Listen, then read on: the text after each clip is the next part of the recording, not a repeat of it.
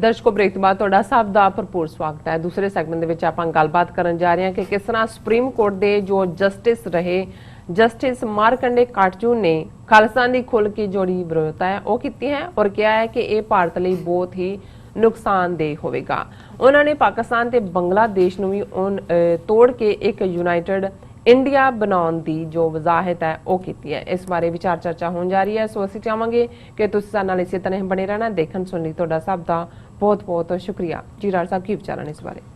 देखो मैं सुखजिंदर सिंह बाजवा जी का शुक्रिया अदा करदा। उस हमेशा ही जिथे सानू काफ़ी इनपुट भेजते हैं जो कुछ दुनिया चल रहा होंदा उहदे नाल संबंधित आर्टिकल उत्थे एक चंगे अलर्ट जिहड़ा है वो चौकीदार वांग गलती भी देखते हैं और समहाउ पता नहीं मैं हालांकि बहुत सारे ना करैक्ट प्रोनाउंस करने की कोशिश करदा पर ये क्योंकि मेरे सामने उन्हां दा नाम अज नहीं सी लिखिया होया जां दूसरा और जिन्हां दा असीं जिक्र कीता जिहड़े MP ने उत्थे मैंबर प्रोविंशियल असैंबली कहंदे ने जिवें दूसरे पासे MLA कहा जाता है सिमाबिया ताहिर और ये बहुत ही नेक दिल और सिखां नाल प्यार करने वाले बीबी जी ने और इन्हां ने ही जिहड़ा जिवें असीं कहा भी जिहड़ा बाबा गुरु नानक यूनिवर्सिटी एक्ट है प्रोविंशियल प्रोविंस दे विच है सो इन्हां ने ही उस बिल नूं पेश किया और ये इमरान खान साहब दे भी करीब ने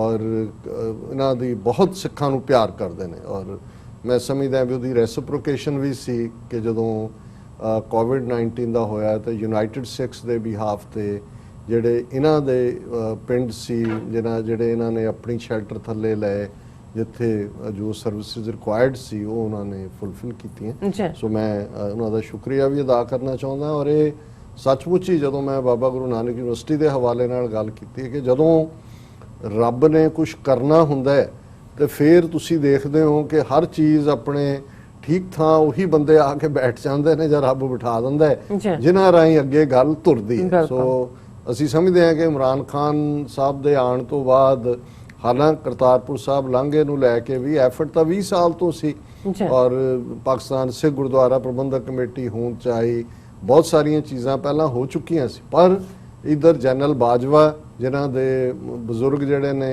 इस नारोवाल इलाके चों ही उठ के गए हुए ने और उन्हां दा अपना भी जिहड़ा रिजॉल्व सी जिवें 10 महीने दे रिकॉर्ड टाइम इवें ही इमरान खान साहब दा रिजॉल्व कि ट्रूली जिहड़ा एक हुंदा भी बहुत वार भारत दे विच जिहड़ी कांग्रेस भी रही जिहड़ी सैकुलर कहंदी रही उन्हां दा ਉਹ एक उन्होंने बुरका ही पाया हुंदा सी लबादा ही सी सैकुलरिज्म दा पर इमरान खान अपनी कन्विक्शन जो भी उन्होंने है कोई उहदे नाल डिफर कर सकता है पोलिटिकली की है लेकिन वो पुट ऑन नहीं है और मैं समझदा भी यही कारण है कि जो उन्होंने समझे है कि पाकिस्तान की तरक्की भी इहदे नाल जुड़ी हुई है कि असी अकलीयतां दा और उहदे च उन्होंने रियासत मदीना का जिक्र किया है इस्लाम के हवाले दे नाल जिहड़ी उन्होंने किया और बहुत वड्डा काम करतारपुर साहब कॉरीडोर का ये आने वाली जनरेशनस भी देखणगियां कि पाकिस्तान का और इस तरह जिहड़ी गल डॉक्टर चीमा ने भी कही उन्होंने कहा कि जी तुसीं जदों ये आनंद मैरिज एक्ट और बाबा गुरु नानक यूनिवर्सिटी हुंदा है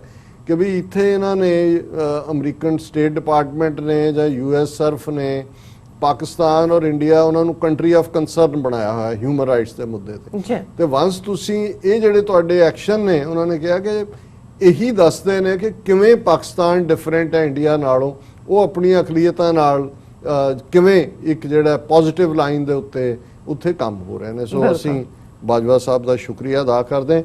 दूसरा टॉपिक जस्टिस काटजू मारकंडे या मारकंडे काटजू मारकंडे एक ऋषि भी होया इन्हां दा कश्मीरी ब्राह्मण और ये जदों मैं अज एक तो हुंदा है तुरे जांदे किसी ने कोई ट्वीट किया जिहड़ी काटजू दे हुंदे ने काफ़ी इनू फॉलो किया जाता है सुप्रीम कोर्ट का रिटायर्ड जस्टिस है पर यह गल करन तो पहला मैं जिहड़ी एक मिनी कहानी अक्सर सुणांदा कि बई एक जिहड़ा बिच्छू लैण गया है गली दे एक बाजार च उन्हें देखा कि भी एक छोटा जिहा बिच्छू सी तो एक उहदे तो 3 गुणा उन्हें कीमत पुछी दुकानदार ने दोनों की कीमत 500 रुपया दसी उन्हें कहा जी ये तो छोटा ही घट होनी चाहिए उन्हें कहा किसी की पूंछ नूं हथ ला ਇੱਕੋ ਡੰਗ ਇੱਕੋ ਜਿਹਾ ਹੀ ਮਾਰਦੇ। ਇੱਕੋ ਜਿਹਾ ਮਾਰੇਗਾ। ਸੋ ਮੈਂ ਸਮਝਦਾ ਵੀ ਬਹੁਤ ਵਾਰ ਅਸੀਂ ਜਦੋਂ ਇੱਕ ਪਾਸੇ ਬਿਲਕੁਲ ਨੰਗੇ ਧੜ ਹਿੰਦੂਤਵਾਦੀ ਐਡਵੋਕੇਸੀ ਕਰਨ ਵਾਲੇ RSS ਦੇ ਲੋਕ ਨੇ, ਉਹ ਨੇ, ਇੱਕ ਪਾਸੇ ਵਿੱਚ ਵਿਚਾਲੇ ਕਾਂਗਰਸ ਦੇ ਨਾਂ ਥੱਲੇ ਸੈਕੂਲਰਿਜ਼ਮ ਦਾ ਲਬਾਦਾ, ਪਰ ਕਰਤੂਤਾਂ ਤੁਹਾਡੀਆਂ ਉਹੀ ਜਿਹੜੀਆਂ ਦੂਸਰੀਆਂ ਨੇ। ਤੀਸਰੇ ਉਹ ਜਿਹੜੇ ਕਹਿਣਗੇ ਨਹੀਂ ਅਸੀਂ ਧਰਮ ਆਧਾਰਿਤ ਸਟੇਟ ਦੇ ਹੱਕ 'ਚ ਨਹੀਂ ਹੈ, ਅਸੀਂ ਜਿਹਨੂੰ ਕੋਈ ਲੈਫਟਿਸਟ ਕਹਿ ਦਿੰਦਾ ਹੈ, ਕੋਈ ਕਮਿਊਨਿਸਟ ਕਹਿ ਦਿੰਦਾ ਹੈ, ਕੋਈ ਹੋਰ ਇਸ ਕਿਸਮ ਦੇ ਲਫ਼ਜ਼ ਹਰ ਥਾਂ ਤੇ ਇਸਤੇਮਾਲ ਕੀਤੇ ਜਾਂਦੇ ਨੇ, ਨਿਊਟਰਲ। ਲੇਕਿਨ ਜਦੋਂ ਮਾਮਲਾ ਸਿੱਖਾਂ ਦਾ ਆਉਂਦਾ ਹੈ, ਮੈਂ ਇਹ ਗੱਲ ਇਸ ਲਈ ਸਿੱਖ ਲਫ਼ਜ਼ ਤੇ ਮੈਂ ਇਸ ਲਈ ਐਮਫੇਸਾਈਜ਼ ਕਰਨਾ ਚਾਹੁੰਦਾ ਕਿ ਵੀ ਤੁਸੀਂ ਉਹਨਾਂ ਦਾ ਵਰਤਾਰਾ ਜਦੋਂ ਦੇਖੋਗੇ, ਕਿਉਂਕਿ ਸਿੱਖਾਂ ਨੂੰ ਸ਼ਾਇਦ ਦੁੱਖ ਇਸ ਲਈ ਵੀ ਹੁੰਦਾ ਹੈ ਕਿ ਵੀ ਅਸੀਂ 47 ਦੇ ਵਿੱਚ ਆਪਣੀ ਕਿਸਮਤ ਇਹਨਾਂ ਦੇ ਨਾਲ ਜੋੜ ਦਿੱਤੀ, ਜਾਂ ਅਸੀਂ ਇਹ ਸਮਝਦੇ ਰਹੇ ਕਿ ਭਾਈ ਅਸੀਂ ਜਿਹੜਾ ਇਹਨਾਂ ਦੇ ਰਾਖੇ ਬਣੇ ਹੋਏ ਹਾਂ। ਕੁਛ ਨਾ ਕੁਛ ਤਾਂ ਐਸਾ ਹੈ, ਲੇਕਿਨ ਹਰ ਇੱਕ ਡਿਗਰੀ ਆਫ ਪੋਇਜ਼ਨ ਫਰਕ ਹੋ ਸਕਦਾ ਹੈ ਕਿ ਵੀ ਕਿਹਦਾ ਡੰਗਿਆ ਪਾਣੀ ਨਹੀਂ ਮੰਗਦਾ, ਨਾਗੜ ਨੇ ਡੰਗਿਆ ਕਿ, ਪਰ ਇਹ ਮੰਨ ਕੇ ਤੁਰੋ ਕਿ ਹਰ ਕੋਈ ਜਦੋਂ ਸਿੱਖ ਇਸ਼ੂ ਆਏਗਾ ਤਾਂ ਉਹਨੇ ਡੰਗਣਾ ਹੀ ਹੈ, ਉਹ ਬਿੱਛੂ ਦੇ ਡੰਗ ਜਿੰਨਾ ਜ਼ਹਿਰ ਹੋਏ, ਸੱਪ ਦੇ ਹੋਏ ਜਾਂ ਕਿਸੇ ਹੋਰ ਜਾਨਵਰ ਵਰਗਾ ਹੋਏ, ਇਹ ਹੈ ਇਹਨੇ। ਔਰ ਅੱਜ ਇਹਨੂੰ ਕਿਸੇ ਨੇ ਕੋਈ ਪੁੱਛਿਆ ਨਹੀਂ, ਕੋਈ ਦੱਸਿਆ ਨਹੀਂ, ਇਹਨੇ ਇੱਕ ਇਹਦੇ ਤੇ ਇੱਕ ਆਰਟੀਕਲ ਲਿਖ ਮਾਰਿਆ ਪੂਰਾ, ਔਰ ਉਹਦਾ ਓਪੀਨੀਅਨ ਦੇ ਉੱਤੇ, ਓਪੀਨੀਅਨ ਪੇਜ ਤੇ, ਮਾਰਕੰਡੇ ਕਾਟਜੂ, ਮਾਰਕੰਡੇ ਫਸਟ ਨੇਮ ਹੈ, Khalistan referendum is wicked attempt by vested interest to harm India। ਹੁਣ ਇਹ ਮਾਰਕੰਡੇ ਕਾਟਜੂ ਹੈ, ਜਦੋਂ ਇਹ ਇੱਕ ਬੈਂਚ ਦੇ ਉੱਤੇ ਸੀ, ਸ਼ਾਇਦ ਵਨ ਜੱਜ ਬੈਂਚ ਹੀ ਸੀ ਜਿਹਦਾ ਇਹਦਾ ਫੈਸਲਾ ਕੋਰਟ ਹੁੰਦਾ ਅੱਜ ਤੱਕ ਵੀ। ਜਦੋਂ ਇਹਦੇ ਸਾਹਮਣੇ ਕੁਝ ਜਿਹੜੇ ਪੰਜਾਬ ਚੋਂ ਐਕਟਿਵਿਸਟ ਫੜੇ ਕਿ ਜੀ ਇਹ ਖਾਲਿਸਤਾਨ ਜ਼ਿੰਦਾਬਾਦ ਕਹਿੰਦੇ ਨੇ, ਉਹਨਾਂ ਦੇ ਉੱਤੇ ਸੈਡੀਸ਼ਨ ਔਰ ਦੂਜੇ ਚਾਰਜ ਲਾਏ ਸੀ, ਇਹਨੇ ਉਹ ਤੋੜੇ, ਇਹ ਕਹਿ ਕੇ ਕਿ ਪੀਸਫੁਲੀ ਖਾਲਿਸਤਾਨ ਮੰਗਣਾ ਵਾਇਓਲੇਸ਼ਨ ਨਹੀਂ ਹੈ ਇੰਡੀਅਨ ਕਨਸਟੀਟਿਊਸ਼ਨ ਦੀ, ਇਹ ਰਾਈਟ ਟੂ ਜਿਹੜਾ ਫਰੀडम ਆਫ ਐਕਸਪ੍ਰੈਸ਼ਨ ਹੈ। ਔਰ ਇਹ ਹਿਸਟੋਰੀਕਲ ਲੈਂਡਮਾਰਕ ਜਜਮੈਂਟ ਸੀ। ਉਹਦੇ ਤੋਂ ਬਾਅਦ ਹੀ ਜਿਹੜੇ ਬਹੁਤ ਸਾਰੇ ਕੇਸ ਜਿਹਦੇ ਸ਼੍ਰੋਮਣੀ ਅਕਾਲੀ ਦਲ ਅੰਮ੍ਰਿਤਸਰ ਦੇ ਪ੍ਰਧਾਨ ਸਿਮਰਨਜੀਤ ਸਿੰਘ ਮਾਨ ਜਾਂ ਦਲ ਖਾਲਸਾ ਦੇ ਕੰਵਰਪਾਲ ਸਿੰਘ ਬਿੱਟੂ ਜਾਂ ਬਾਅਦ ਦੇ ਵਿੱਚ ਦੂਸਰੇ ਆਗੂਆਂ ਦੇ ਵੀ ਕੇਸ ਟੁੱਟੇ, ਉਹ ਇਸ ਜਜਮੈਂਟ ਦੀ ਬਿਨਾਂ ਤੇ ਹੀ ਸੀ ਕਿ ਸੁਪਰੀਮ ਕੋਰਟ ਨੇ ਕਹਿ ਦਿੱਤਾ ਹੈ ਕਿ ਖਾਲਿਸਤਾਨ ਮੰਗਣਾ ਜਿਹੜਾ ਹੈ ਉਹ ਕੋਈ ਵਾਇਓਲੇਸ਼ਨ ਨਹੀਂ ਹੈ ਕਨਸਟੀਟਿਊਸ਼ਨ ਦੀ, ਇਹ ਸੈਡੀਸ਼ਨ ਨਹੀਂ ਹੈ, ਕਿਉਂਕਿ ਇਹ ਫਰੀडम ਆਫ ਐਕਸਪ੍ਰੈਸ਼ਨ ਹੈ as long as it is peaceful. ਬਿਲਕੁਲ। ਹੁਣ ਇਸ ਦੇ ਥੱਲੇ ਫਿਰ ਇਹ ਹੋਇਆ ਕਿ ਜਦੋਂ ਬਹਿਬਲ ਕਲਾਂ ਗੁਰੂ ਗ੍ਰੰਥ ਸਾਹਿਬ ਦੀ ਬੇਅਦਬੀ ਦੀਆਂ ਘਟਨਾਵਾਂ ਹੁੰਦੀਆਂ ਨੇ, ਔਰ ਉਦੋਂ ਵੀ ਪੰਜਾਬ ਦੇ ਸਾਡੇ ਸਿੱਖ human right activist justice Katju ਨੂੰ ਲੈ ਕੇ ਆਉਂਦੇ ਹੈ ਕਿ ਜੀ ਤੁਸੀਂ ਇੰਡੀਪੈਂਡੈਂਟਲੀ, ਉਹ ਵੀ ਉਹਨੇ ਹੈਂਡ ਵਾਸ਼ ਕੀਤੇ ਇੱਕ ਅੱਧੇ ਦਿਨ 'ਚ ਕਰਕੇ ਰਿਪੋਰਟ ਨਾਂ ਦੇ ਥੱਲੇ। ਪਰ ਇਸ ਦੇ ਨਾਲ ਫਿਰ ਮੈਂ ਬਾਅਦ 'ਚ ਕੁਝ ਸਮਾਂ ਪਹਿਲਾਂ ਫਰੀਮੌਂਟ ਦੇ ਗੁਰਦੁਆਰਾ ਸਾਹਿਬ ਦੇ ਪ੍ਰਬੰਧਕ ਇਹਨੂੰ ਲੈ ਕੇ ਆਏ ਡਿਸਕਸ਼ਨ ਦੇ ਲਈ, ਜਿਹਦੇ 'ਚ ਕਿ ਵੀ ਕੀ ਚੱਲ ਰਿਹਾ ਹਿੰਦੂਤਵਾ ਦੇ ਖਿਲਾਫ ਇਹ ਉਹ। ਹੁਣ ਬਹੁਤ ਸਾਰੇ ਸਮਝਣ ਲੱਗ ਪਏ, ਹਾਲਾਂ ਇਹਨੇ ਆਪਣੇ ਟਵੀਟਸ ਦੇ ਵਿੱਚ ਪਹਿਲਾਂ ਵੀ ਇੱਕ ਦੋ ਵਾਰ ਜਿਹੜਾ ਧਾਰਮਿਕ ਗ੍ਰੰਥਾਂ ਦੇ ਉੱਤੇ ਔਰ ਦੂਸਰੇ ਨੈਗੇਟਿਵ ਟਿੱਪਣੀਆਂ ਕੀਤੀਆਂ ਹੋਈਆਂ ਨੇ, ਲੇਕਿਨ ਫਿਰ ਵੀ ਸਾਡਾ ਪਤਾ ਨਹੀਂ, ਸਾਡੀ ਕੌਮ ਦਾ ਇੱਕ ਇਹਨੂੰ ਤੁਸੀਂ ਖੂਬਸੂਰਤੀ ਕਹੋ ਕਿ ਬਦਸੂਰਤੀ ਕਹੋ ਕਿ ਵੀ ਜਾਂ ਇਹਨੂੰ ਹਿਊਮਨ ਨੇਚਰ ਕਹੋ ਕਿ ਹੋਪਿੰਗ ਅਗੇਂਸਟ ਹੋਪ, ਅਸੀਂ ਕਿਸੇ ਬੰਦੇ ਦੀ ਕੋਈ ਇੱਕ ਅੱਧੀ ਗੱਲ ਸੁਣਦੇ ਹਾਂ ਫਿਰ ਸਾਨੂੰ ਲੱਗਣ ਲੱਗ ਜਾਂਦਾ ਵੀ ਸ਼ਾਇਦ ਇਹ ਹੁਣ ਬਦਲ ਗਿਆ।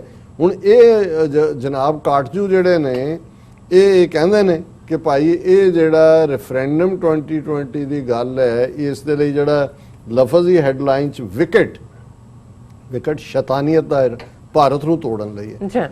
ਭਾਈ ਹੁਣ ਰੈਫਰੈਂਡਮ 2020 ਜਿਸ ਕਨਸਟੀਟਿਊਸ਼ਨ ਦਾ ਤੂੰ ਜਸਟਿਸ ਰਿਹਾ ਹੈ, ਜਿਹਦੇ ਥੱਲੇ UN ਚਾਰਟਰ ਹੈ, ਜਿਹਦੇ ਥੱਲੇ ਇੰਟਰਨੈਸ਼ਨਲ ਲਾਅ ਹੈ, ਜਿਹਦੇ ਥੱਲੇ ਰਾਈਟ ਆਫ ਸੈਲਫ ਡਿਟਰਮੀਨੇਸ਼ਨ ਦਿੱਤਾ ਹੋਇਆ, ਕੋਈ ਹਿੰਦੂ ਤਵੀ ਕਹੇ ਕੋਈ ਦੂਜਾ, ਤੈਨੂੰ ਇਸ ਗੱਲ ਦਾ ਪਤਾ ਨਹੀਂ ਹੈ ਕਿ ਵੀ ਇਹ ਵੈਲ ਵਿਦ ਇਨ ਦਾ ਐਂਬਿਟ ਹੈ। ਤੂੰ ਆਪ ਹੀ ਕਿਹਾ ਇੰਡੀਅਨ ਕਨਸਟੀਟਿਊਸ਼ਨ ਵੀ, ਇਹ ਤਾਂ ਖਾਲਿਸਤਾਨ ਵੀ ਨਹੀਂ ਲਫ਼ਜ਼ ਕਹਿ ਰਹੇ ਰੈਫਰੈਂਡਮ, ਉਹ ਤਾਂ ਕਹਿ ਰਹੇ ਨੇ ਵੀ ਪੁੱਛ ਲਓ ਲੋਕਾਂ ਨੂੰ।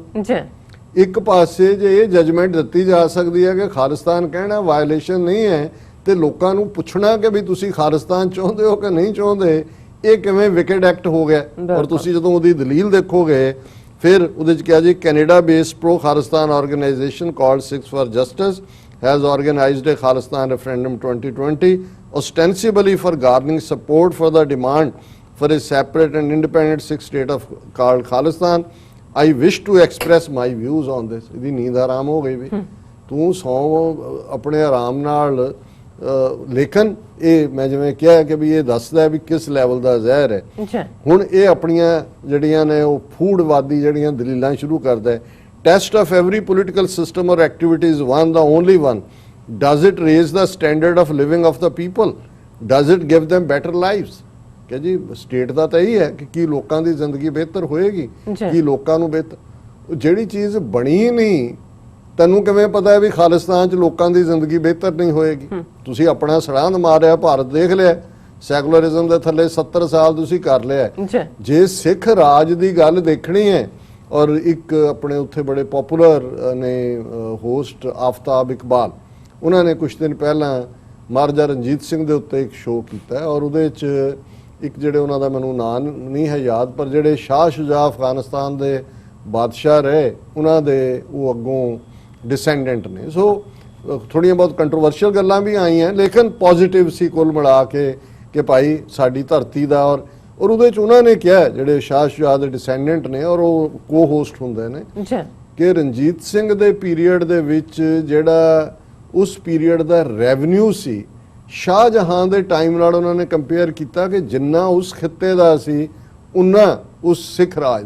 ਔਰ ਜਦੋਂ ਅੰਗਰੇਜ਼ ਆਏ ਤੇ ਉਹਨਾਂ ਦੀਆਂ ਅੱਖਾਂ ਚੋਂ ਦੇ ਆ ਗਈਆਂ। ਔਰ ਲਿਟਰੇਸੀ ਰੇਟ ਦੇ ਲੈਵਲ ਤੇ ਮੈਂ ਗੱਲ ਕਰਾਂਗਾ, ਜਿਵੇਂ ਮੈਂ ਕਿਹਾ ਵੀ ਖੋਜੋ ਪ੍ਰੋਗਰਾਮ ਦੇ ਵਿੱਚ ਬੀਬੀ ਜਿਹੜੀ ਹੈ ਉਹਨਾਂ ਦਾ ਨਾਮ ਮੈਨੂੰ ਭੁੱਲ ਗਿਆ, ਉਹ ਬਹੁਤ ਅੱਛਾ ਉਹਨਾਂ ਨੇ ਰਣਜੀਤ ਸਿੰਘ ਦੇ ਉੱਤੇ ਹੀ 10-12 ਮਿੰਟ ਦਾ ਉਹਦੀ ਮੜੀ ਤੇ ਜਾ ਕੇ ਪ੍ਰੋਗਰਾਮ ਕੀਤਾ।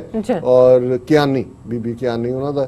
ਹੁਣ ਉਸ 40 ਸਾਲ ਦੇ ਪੀਰੀਅਡ ਦੇ ਵਿੱਚ ਜਿਸ ਕਿਸਮ ਦੀ ਇਕਨੋਮਿਕਲ ਪ੍ਰੋਸਪੈਰਿਟੀ ਪੰਜਾਬ ਨੇ ਦੇਖੀ, ਇਰਰਿਸਪੈਕਟਿਵ ਆਫ ਸਿੱਖ ਤਾਂ 8-9% ਵੀ ਨਹੀਂ ਸੀ ਸਾਰੇ ਪੰਜਾਬ ਦੇ। ਹੁਣ ਜਿਹੜਾ ਆਲਰੇਡੀ ਇੱਕ ਰੋਲ ਮਾਡਲ ਐਗਜ਼ਿਸਟ ਕਰਦਾ ਹੈ, ਉਹਦੇ ਉਲਟ ਜਾ ਕੇ ਜੇ ਇਹਨੂੰ ਇਹ ਰੈਟਲ ਹੋ ਰਿਹਾ ਹੈ ਕਿ ਵੀ ਇਹ ਹੋਏਗਾ ਨਹੀਂ, ਤੇ ਇਸ ਤੋਂ ਤੁਸੀਂ ਅੰਦਾਜ਼ਾ ਲਾਓ ਕਿ ਇਹ ਜਿਹੜੀ ਕਿਵੇਂ ਪ੍ਰੀ ਕਨਸੀਵਡ ਬਿਗਟਰੀ ਕੋ, ਪ੍ਰੀ ਕਨਸੀਵਡ ਹਿਟਰੇਡ ਇਹਨਾਂ ਦੇ ਅੰਦਰ ਭਰੀ ਹੋਈ ਹੈ। ਫਰੋਮੋ ਕਹਿੰਦੇ, from this stand point it is evident that independence cannot be an end in itself, it can only be a means to an end। ਇਹਦਾ ਕੀ ਮਤਲਬ ਹੈ ਭਾਈ? ਕੌਣ ਕਹਿੰਦਾ ਵੀ ਇੰਡੀਪੈਂਡੈਂਸ ਐਂਡ ਹੈ ਆਪਣੇ ਆਪ? ਇੰਡੀਪੈਂਡੈਂਸ ਹੁੰਦੀ ਇਸ ਲਈ ਹੈ ਕਿ ਤੁਸੀਂ ਆਪਣੇ ਲੋਕਾਂ ਦੀ ਕਿਸਮਤ ਦਾ ਆਪ ਫੈਸਲਾ ਕਰੋ, ਬਜਾਏ ਕਿ ਕੋਈ ਤੁਹਾਡੇ ਸਿਰ ਤੇ ਬੈਠੇ। If independence leads to raising the standard of living of the people and giving them better lives, its demand should be supported but not otherwise। ਉਹ ਜਿਹੜਾ ਆਇਆ ਹੀ ਨਹੀਂ, ਕਣਕ ਖੇਤ ਕੁੜੀ ਪੇਟ ਆ ਜਵਾਈਆ ਮੰਡੇ ਖਾ, ਇਹਦੇ 'ਚ ਤੁਸੀਂ ਅੰਦਾਜ਼ਾ ਲਾਓ ਵੀ ਕਿਸ ਹੱਦ ਤੱਕ ਇਹ ਲੋਕ ਸਿੱਖੀ ਦੇ ਵੈਰੀ ਨੇ। ਫਿਰ ਉਹ ਕਹਿੰਦਾ ਕਿ ਇਨ ਮਾਈ ਓਪੀਨੀਅਨ, ਵੀ ਤੇਰਾ ਕਿਹਨੇ ਪੁੱਛਿਆ ਓਪੀਨੀਅਨ? ਕੋਈ ਤੈਨੂੰ ਸਿੱਖ ਪੁੱਛਣ ਗਿਆ ਨੇ, ਕੋਈ ਹੋਰ ਕਿਹਾ? Creation of separate state for Sikhs called Khalistan will not benefit the Sikh community but will greatly harm them. ਤੂੰ ਸਿੱਖਾਂ ਦਾ ਮਾਮਾ ਲੱਗਦਾ ਵੀ ਇਹ ਸਿੱਖਾਂ ਨੇ ਦੇਖਣਾ ਹੈ ਕਿ ਵੀ ਉਹਨਾਂ ਨੇ ਦੇਖ ਲਿਆ ਵੀ ਉਹਨਾਂ ਦੇ ਫਾਇਦੇ 'ਚ ਕੀ ਹੈ। ਕਿ 47 ਤੋਂ 84 ਤੱਕ ਤੁਹਾਡੇ ਨਾਲ ਰਹਿ ਕੇ ਦੇਖ ਲਿਆ, ਹੁਣ ਉਹਨਾਂ ਨੇ ਫੈਸਲਾ ਕਰ ਲਿਆ ਕਿ ਭਾਈ ਅਬ ਤੋਂ ਜਰੇ ਮਰੇ ਸਿੱਧ ਪਾਈ ਹੈ, ਹੁਣ ਤਾਂ ਅਸੀਂ ਇਹ ਲੈਣਾ, ਤੁਹਾਡੇ ਤੋਂ ਲਿਬਰੇਟ ਹੋਣਾ। ਤੇ ਇਹ ਹੁਣ ਸਿੱਖ ਬਣ ਗਿਆ। ਨਹੀਂ, ਇਹ ਦੇਖੋ, ਇਹ ਤੁਹਾਡੇ ਫਾਇਦੇ 'ਚ ਨਹੀਂ ਹੈ, ਇਹ ਤੁਹਾਡਾ ਨੁਕਸਾਨ ਕਰੇਗਾ। It will be like partition of 1947 and creation of Pakistan as a separate Islamic state, which has done great harm to Muslims of subcontinent instead of benefiting। ਹੁਣ ਮੁਸਲਮਾਨਾਂ ਦਾ ਵੀ ਇਹ ਸਪੋਕਸਪਰਸਨ ਬਣ ਗਿਆ ਕਿ ਜੀ ਦੇਖੋ ਪਾਰਟੀਸ਼ਨ। ਇਹ ਹੈ ਜਿਹੜਾ ਅਖੰਡ ਭਾਰਤ ਇਹਨਾਂ ਦੇ ਅੰਦਰ ਵੜਿਆ ਹੋਇਆ ਹੈ ਕਿ ਇਹਨਾਂ ਨੇ ਪਾਕਿਸਤਾਨ ਨੂੰ ਜ਼ਹਿਨੀ ਤੌਰ ਤੇ ਐਕਸੈਪਟ ਹੀ ਨਹੀਂ ਕੀਤਾ ਹੋਇਆ। ਉਹਨੂੰ ਲੱਗਦਾ ਵੀ ਇਹ ਵੀ ਨਿਕਲ ਚੱਲੇ ਸਾਡੇ ਹੱਥੋਂ। ਫਿਰ ਇਹ ਕਹਿੰਦਾ creation of theocratic states is a reactionary step and only helps the feudal and clerical ਕਹਿਣਾ ਚਾਹੁੰਦਾ groups। It doesn't harm to the vast majority of people as it throw them back into the Middle Ages। We have to move forward and into modern scientific age, not backward। But the creation of Khalistan as a homeland for Sikhs will take Sikhs who are mostly a hard-working and relatively modern communities backwards। ਕਿ ਜੀ ਸਿੱਖ ਤਾਂ ਬਹੁਤ advance ਨੇ, ਉਹ ਪਿੱਛੇ ਚਲੇ ਜਾਣਗੇ। ਉਹ ਜਿਨ੍ਹਾਂ ਨੂੰ ਅੱਗੇ ਜਾਣ ਦੀ ਆਦਤ ਹੋਏ ਪਿੱਛੇ ਨਹੀਂ ਜਾਂਦੇ। ਮਿਸਟਰ ਮਾਰਕੰਡੇ ਫਿਕਰ ਨਾ ਕਰ, ਇਹ ਕੰਡੇ ਕੁੰਡੇ ਤੁਹਾਡੇ ਅਸੀਂ ਖੜ ਦਿਆਂਗੇ। ਜੇ ਇੱਕ ਵਾਰੀ ਸਾਨੂੰ ਮੌਕਾ ਮਿਲੇ ਤੇ ਅਸੀਂ ਤੁਹਾਨੂੰ ਦੱਸ ਦਿਆਂਗੇ ਕਿ within 10 years of inception of Khalistan it will be amongst the first world countries। ਤੁਸੀਂ ਤਾਂ 72 ਸਾਲ थर्ड रेट कंट्री हो सी, थर्ड वर्ल्ड कंट्री नहीं, थर्ड रेट कंट्री। और 40% तो उपर लोग तुहाडे बिलो दा पावर्टी लाइन है। जे सिख यकीनी बनाउंदे ने ना कि शहर च कोई भुखा ना सोवे, 50-50 हज़ार लख बंदा रोजाना दरबार साहब दुनिया भर के गुरुद्वारियां च खांदा है ते ये तुहाडे इस गंदस्तान नालों जिहड़ा ठगिस्तान है तुहाडा Bharat, within 10 years we will be on the top। और फिर अगों ਇਹ ਕਿਵੇਂ ਪਾਕਿਸਤਾਨ ਔਰ ਬੰਗਲਾਦੇਸ਼ ਨੂੰ ਵੀ ਤੋੜ ਕੇ ਅਖੰਡ ਭਾਰਤ ਦੀ ਇਹ ਗੱਲ ਕਰਦੇ। ਫਿਰ ਇਹ ਕਹਿੰਦੇ ਜੀ as it is Punjab is a small state and it was divided in 1947 between India and Pakistan to further subdivide it and create a separate state for Sikhs is totally unsustainable, unworkable, illogical, preposterous. ਵੀ ਦੱਸੋ ਕਿਨੇ Punjab divide ਕੀਤਾ? ਇਹ ਤਾਂ ਸਾਡੇ ਕੋਲ ਹੈ 50,350 square kilometre. ਅਸੀਂ ਤੁਹਾਨੂੰ ਦੱਸ ਦਿੱਤਾ ਹੋਇਆ ਵੀ ਹਰਿਆਣਾ, ਰਾਜਸਥਾਨ, ਹਿਮਾਚਲ ਕਿਹੜੇ ਇਲਾਕੇ ਸਮੁੰਦਰ ਤੱਕ ਐਕਸੈਸ ਸਾਡੇ ਨੇ। ਸੋ ਛੋਟਾ ਕਿਵੇਂ ਹੋਇਆ? ਇਹ ਤਾਂ ਤੁਹਾਡੀ ਬਦਦਿਆਨਤੀ ਹੈ ਕਿ ਤੁਸੀਂ 1966 ਦੇ ਵਿੱਚ ਪੰਜਾਬ ਨੂੰ ਛੋਟਾ ਵੀ ਕੀਤਾ, ਸਾਡੇ ਪਾਣੀ ਨੂੰ ਵੀ ਖੋਇਆ। ਫਿਰ ਇਹ ਕਹਿੰਦਾ to progress modern large scale industry must be set up in the country and this requires a large market. So instead of breaking up India, we need a reunited India, that is India united with Pakistan and Bangladesh under a government with modern minded leaders like Mustafa Kemal of Turkey. This alone will provide the large market for modern industry to grow। ਹੁਣ ਇਹਨਾਂ ਲਈ industry ਕੋਲੇ ਨਾਲ ਮੂੰਹ ਕਾਲਾ ਕਰਨਾ ਹੀ ਰਹਿ ਗਿਆ। ਸਵਿਟਜ਼ਰਲੈਂਡ ਤੋਂ ਲੈ ਕੇ ਸਿੰਗਾਪੁਰ ਤੱਕ ਔਰ ਇਹਨਾਂ ਸਾਰਿਆਂ 'ਚ ਤੁਸੀਂ ਉਹਨਾਂ ਦੀ ਤਰੱਕੀ ਦੇਖੋ। ਉਹ ਗਏ ਜ਼ਮਾਨੇ ਕਿ ਬਈ ਹੁਣ ਇਹ ਤੁਸੀਂ ਦੇਖੋ ਵੀ ਟਰਕੀ ਦੇ ਮੁਸਤਫਾ ਕਮਾਲ ਦਾ ਨਾਂ ਡ੍ਰੌਪ ਕਰ ਰਿਹਾ, ਪਰ ਕਹਿ ਇਹ ਰਿਹਾ ਵੀ ਪਾਕਿਸਤਾਨ ਔਰ ਬੰਗਲਾਦੇਸ਼ ਵੀ ਤੋੜੋ, ਯੂਨਾਈਟਿਡ ਇੰਡੀਆ ਲਿਆਓ ਤਾਂ ਕਿ ਉੱਥੇ ਜਿਹੜਾ ਵੱਡੀ ਇੰਡਸਟਰੀ ਲੱਗੇ। ਸੋ ਇਸ ਕਿਸਮ ਦੀਆਂ ਜਬਲੀਆਂ ਉਹਦੀਆਂ ਅਲਟੀਮੇਟਲੀ ਉਹਨੇ ਭਾਰਤ ਨੂੰ ਗ੍ਰੇਟ ਕੰਟਰੀ ਔਰ ਡਾਈਵਰਸਿਟੀ ਐਂਡ ਦਿਸ ਦੈਟ ਕਹਿ ਕੇ ਅਖੀਰ 'ਚ ਉਹਨੇ ਇਹੀ ਕਿਹਾ ਕਿ ਬਈ ਇਹ ਜਿਹੜਾ ਖਾਲਿਸਤਾਨ ਜਿਹੜਾ to my mind it is only a wicked attempt by some vested interests to harm India and it has nothing to do with the welfare of the Sikhs. It should therefore be condemned by all, even by Sikhs। ਇਹਦੇ ਨਾਲੋਂ conclude ਕਰਦਾ ਕਿ ਇਹ ਬਹੁਤ wicket ਹੈ ਔਰ ਇਹਨੂੰ condemn ਕਰੋ। ਮਤਲਬ ਇਹ ਹੈ ਕਿ ਇਹਨੂੰ ਕਹਿੰਦੇ ਨੇ ਪੈਰਾਂ ਥੱਲੇ ਅੰਗਾਰੇ ਰੱਖਣਾ। ਅੰਗਾਰੇ ਜਿਹੜੇ ਇਹਨੂੰ ਮੱਚ ਰਹੇ ਨੇ ਤੇ ਇਹਨਾਂ ਨੂੰ ਲੱਗ ਰਿਹਾ ਕਿ ਬਈ ਇਹ ਤਾਂ ਗਏ। ਔਰ ਇਹ ਤੁਸੀਂ ਦੇਖੋ ਵੀ ਜਦੋਂ ਇਹ ਕਿਵੇਂ ਲੌਜਿਕ, ਜਸਟਿਸ, ਲਾਅ, ਜਦੋਂ ਇਹ ਨਫ਼ਰਤ ਔਰ ਇਸ ਕਿਸਮ ਦੇ ਇਹਨਾਂ ਦੇ ਥੱਲੇ ਅੰਗਾਰੇ ਮਚਾਏ ਜਾਂਦੇ ਨੇ ਤੇ ਕਿਵੇਂ ਇਹਨੂੰ ਸਭ ਕੁਝ ਭੁੱਲ ਗਿਆ ਕਿ ਭਾਈ ਇਹ ਵੈਲ ਵਿਦਨ ਦਾ ਲਾਅ ਹੈ, ਹੱਕ ਹੈ, ਪੁੱਛਣ ਦੀ ਗੱਲ ਹੈ ਕਿ ਭਾਈ ਦੱਸੋ ਹੈ ਕਿ ਨਹੀਂ। ਸੋ ਇਹਦੇ ਤੋਂ ਤੁਸੀਂ ਅੰਦਾਜ਼ਾ ਲਾਓ ਕਿ ਸਾਡਾ ਵਾਹ ਕਿਸ ਕੌਮ ਦੇ ਨਾਲ ਹੈ ਔਰ ਸਾਨੂੰ ਇਹਨਾਂ ਸਾਰਿਆਂ ਨੂੰ ਕਿੰਨੀ ਨੇੜਿਓਂ ਸਮਝਣ ਦੀ ਲੋੜ ਹੈ। ਨਹੀਂ ਤਾਂ ਉਹੀ ਗੱਲ ਹੁਣ ਤੁਸੀਂ ਇਹਦਾ ਆਰਟੀਕਲ ਹੀ ਦੇਖ ਕੇ ਤੇ ਉਹੀ ਨਹਿਰੂ ਦਾ ਜਿਹੜਾ ਸੀ चक्रव्यूह कि बात ऐसी कीजिए हर बात के 100 पहलू हों, कोई पहलू तो रहे बात बदलने के लिए। सिखा भी कह जी तुहाडे भले च नहीं है, मुसलमानों भी वो कमाल पाशा और वड्डा तरक्की होए और बिल्कुल इंडिया यूनाइटेड होना चाहिए। सो ये है जिन्हां दे नाल साडी लड़ाई। जी राज साहब तुहाडा बहुत बहुत शुक्रिया। साथ रहने ब्रेक व्यूअर्स तो साना इसी तरह जुड़े रहना, मिलते हैं आफ्टर दिस शॉर्ट ब्रेक।